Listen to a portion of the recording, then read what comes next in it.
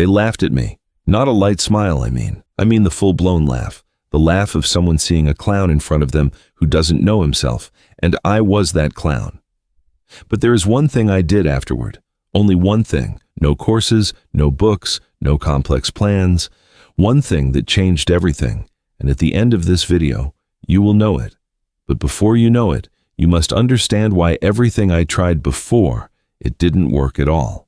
Imagine a room lit by cold white light, 20 people sitting, and you are standing in the middle, and you hear the sound you never forget. And the strangest thing of all, they were right to laugh. Let me ask you one question. Have you ever been in a room, a meeting, a party, a job interview, even a phone call, and felt that your words were falling to the ground? That people were looking at you but not really hearing you? That there was someone next to you saying almost the same thing, and everyone was nodding in awe? If you said yes, you didn't come here by accident. This feeling has a name, it has a cause, and it has a solution. But the solution is not what you expect. A study published by Harvard University in 2019 says that 85% of professional success is not built on technical competence. Rather, it is on what they called soft skills. And at the forefront is one thing: the ability to make people believe you before you finish your sentence. 85%. Think about this number. All those years of study, all those certificates, all those technical skills, and they only control 15%. It was Wednesday. I remember that clearly because the shawarma restaurant below the building was wafting the smell of burnt spices, that strange mixture of cumin and smoke that you don't forget. I entered the meeting room. The table was long and rectangular.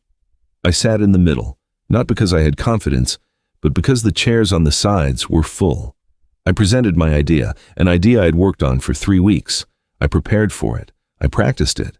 And after 40 seconds, only 40 seconds, I saw the manager raise his eyebrow to his colleague.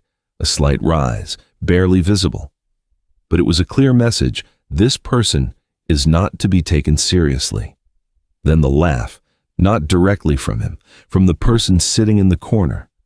A faint laugh he pretended to stifle. I left the room carrying 3 weeks of work on a folded paper in my pocket. And what did I do after that? What everyone does.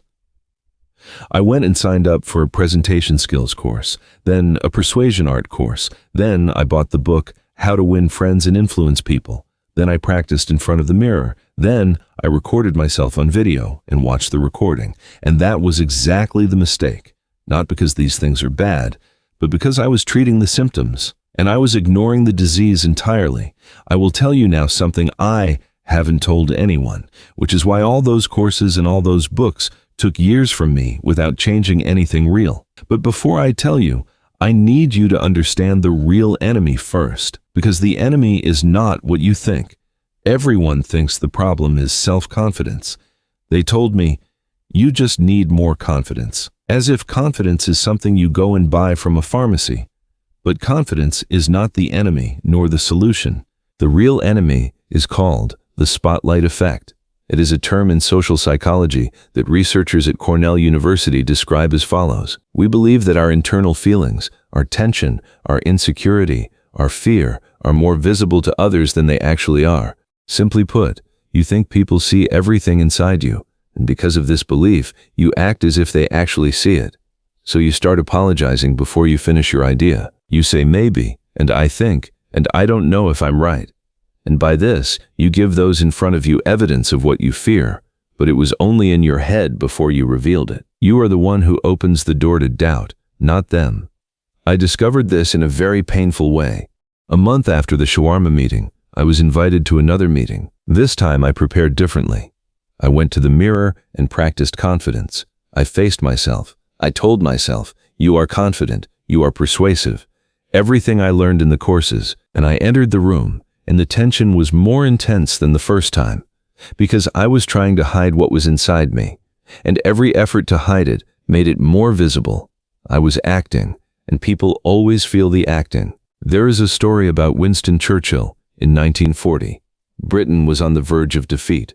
Hitler was advancing, Paris had fallen, and the advisors were advising him to negotiate. Churchill stood before Parliament, and he did not say, "We will win, maybe." And he did not say, "I think we have a chance." He said the famous sentence in the tone of someone who does not know the meaning of doubt. "We shall fight on the seas and oceans. We shall fight on the beaches. We shall never surrender." Was he not afraid? Of course he was, but he understood something deep.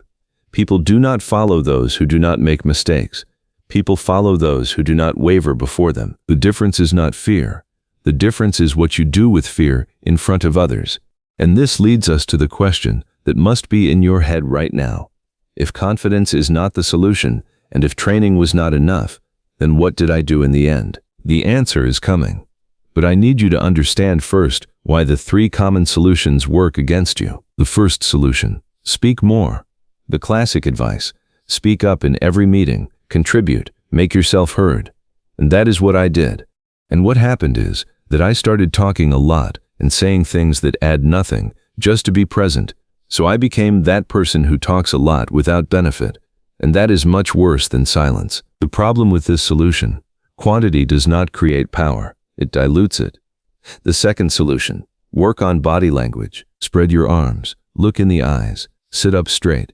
And this is also what I did. And what was the result? I looked like someone reading instructions from a book. People do not feel spontaneity. They feel performance, and exposed performance is worse than raw spontaneity. The problem with this solution: the body follows the mind, not the other way around. The third solution: build your resume. Gain certificates, experiences, achievements, and when you enter the room, you will have something to rely on. This solution is partially correct, but the problem is that it takes years, and you are now, in this room, with these people. You need something that works today. I know what you are thinking now. You are thinking, well, then there is no solution. Or worse, this person is going to give me advice like, love yourself. I will not do that. What I am going to say is completely different. And I know it is different because I tried everything before it and failed. Remember that sound, the sound of the stifled laugh in the corner of the room, the cold white light, the smell of burnt spices from the street, the folded paper in my pocket. I was standing there, and in my head was one sentence: there is something I am missing, but I don't know what it is. 2 years later, I knew. What I discovered was not a skill, it was not a style, it was not a technique. It was a transformation in the question itself.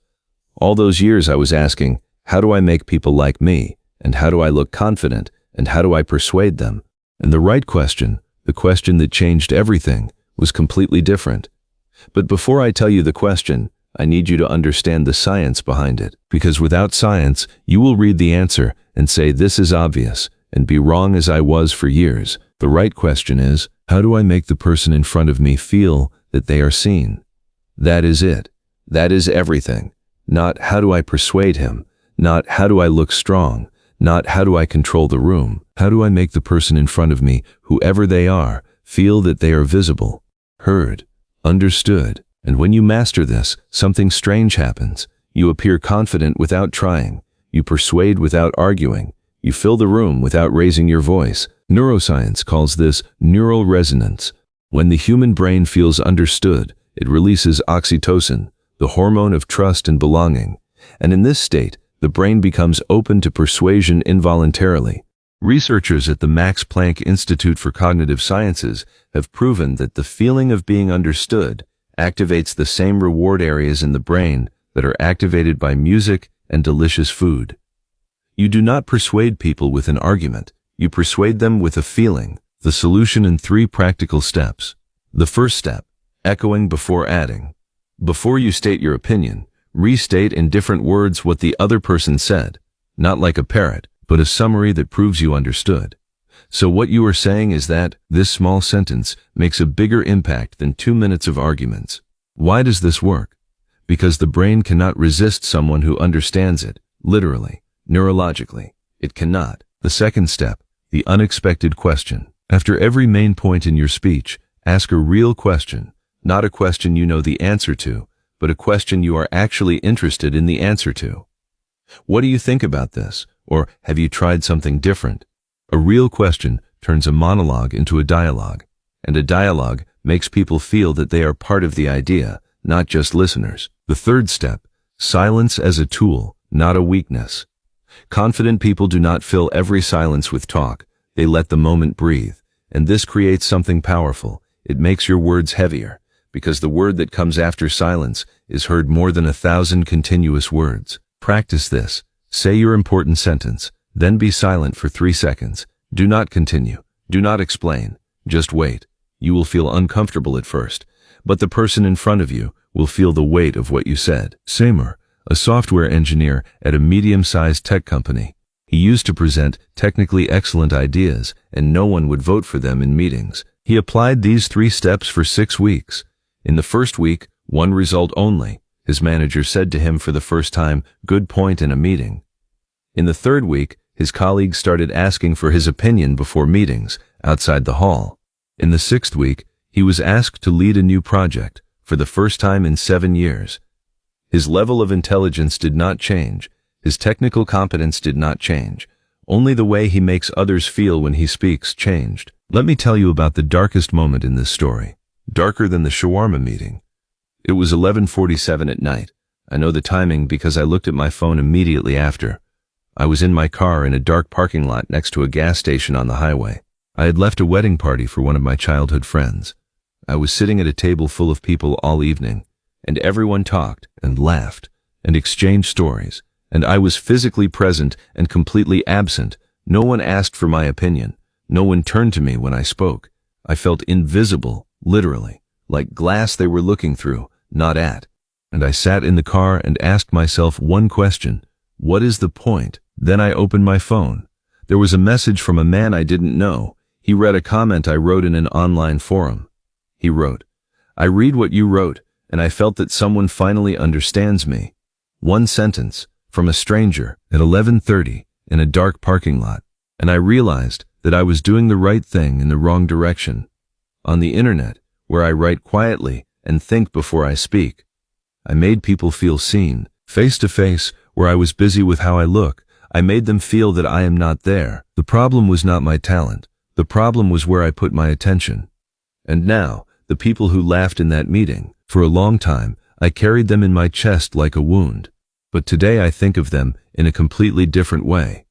They were reminding me, cruelly and unintentionally, that there is something I need to learn. They couldn't stop me. The only one who could stop me was me. And the only one who decided to continue was also me.